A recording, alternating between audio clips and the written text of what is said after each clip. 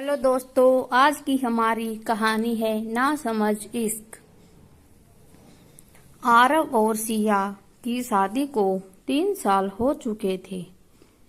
शुरुआती दिनों में सब कुछ खूबसूरत था, हंसी, मोहब्बत और ढेरों ख्वाब। लेकिन वक्त गुजरते गुजरते रिश्ते की चमक फीकी पड़ने लगी। बाहर से देखने वालों को भी उनका रिश्ता परफेक्ट लगता था, लेकिन घर की 4 दीवारी के अंदर कहानी कुछ और ही थी।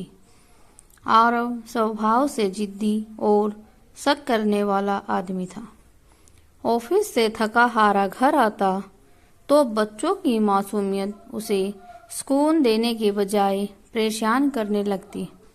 एक शाम जब बच्चे शोर कर रहे थे तो गुस्से में बोला, ये है जो तुम्हारी भाभी है, ये है ना, तो मुझे बच्चों को लेना भी नहीं देती। सिया चुपचाप आंसू पोंछती रही। उसकी आंखों में गहरा दर्द था, पर होठों पर खामोशी। दिन गुजरते गए, आरव का रवैया वही रहा। डाइनिंग टेबल पर बैठकर वह अक्सर फोन में बिजी रहता और सिया चुपचाप उसका इंतजार करती। बच्चे मासूमियत से कहते, पापा हमारे साथ खेलो ना, लेकिन आरव गुस्से में कह देता, मैं थक गया हूँ, मुझे परेशान मत करो। बच्चे चुप होकर माँ की गोद में चले जाते और सिया अंदर ही अंदर टूट जाती। ऊपर से पड़ोसन तान्या के ताने उसकी चोट और गहरी कर देते।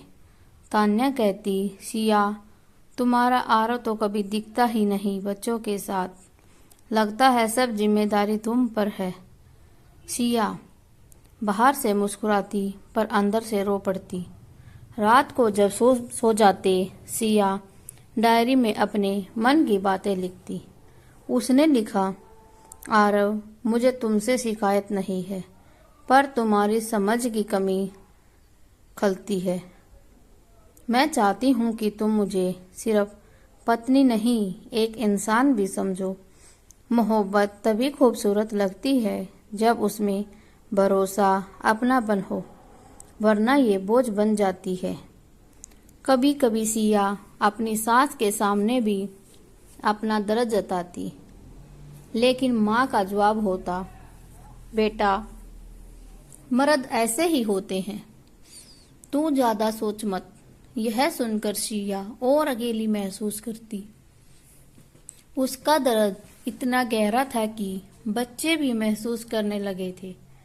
एक दिन छोटे बच्चे ने मासूमियत से पूछा, माँ पापा मुझसे नाराज क्यों रहते हैं? यह सुनकर सिया की आंखें छलक पड़ी। बच्चे को सीने से लगाकर उसने कहा, नहीं बेटा, पापा तुम्हें बहुत प्यार करते हैं। लेकिन उसकी आवाज कांप रही थी। रिश्ते की यह खटास बढ़ती गई। एक दिन आरव ने गुस्से में सिया पर शक जताते हुए कहा, तुम्हारे पास मेरे लिए वक्त नहीं है, लेकिन दूसरों से बात करने का वक्त है। यह सुनकर सिया बुरी तरह टूट गई। पहली बार उसने जोर से कहा, आरव ये प्यार नहीं है, कैद है। समय के साथ सिया का धैर्य जवाब दे गया। उसने आखिरी बार हिम्मत जुटाई और एक चिट्ठी लिखकर रख दी।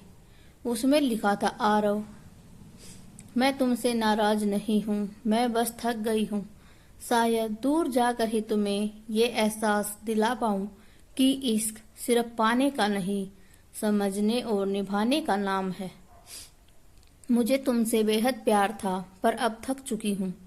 जब तक तुम्हें समझ नहीं आती, मेरा इंतजार मत करना। अगली सुबह जब आरव उठा तो घर में सन्नाटा था। बच्चे और सिया कहीं नजर नहीं आए।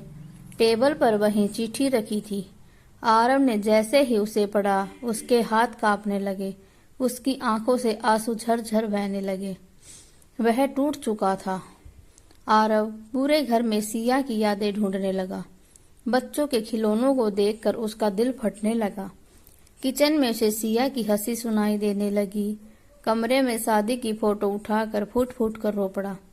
उसे देर से ही सही, पर समझ आया कि मोहब्बत सिर्फ कह देने का नाम नहीं, बल्कि निभाने और समझने का नाम है।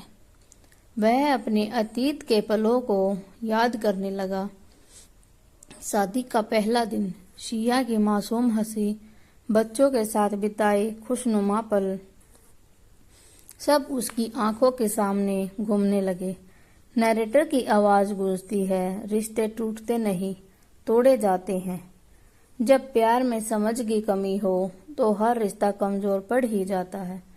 शिया कभी वापस नहीं आती।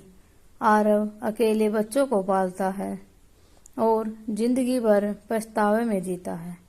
वह डायरी पढ़ते हुए कहता है, काश मैंने तुम्हें समझा होता शिया। वीडियो देखने के लिए आपका दिल से धन्यवाद। आपको हमारी कहानी अच्छी लगी हो तो चैनल को लाइक, शेयर, सब्सक्राइब जरूर करें। अगर आपको कहानी में कुछ भी कमी नजर आई हो तो कृपया करके हमें कमेंट बॉक्स में बताएं। धन्यवाद।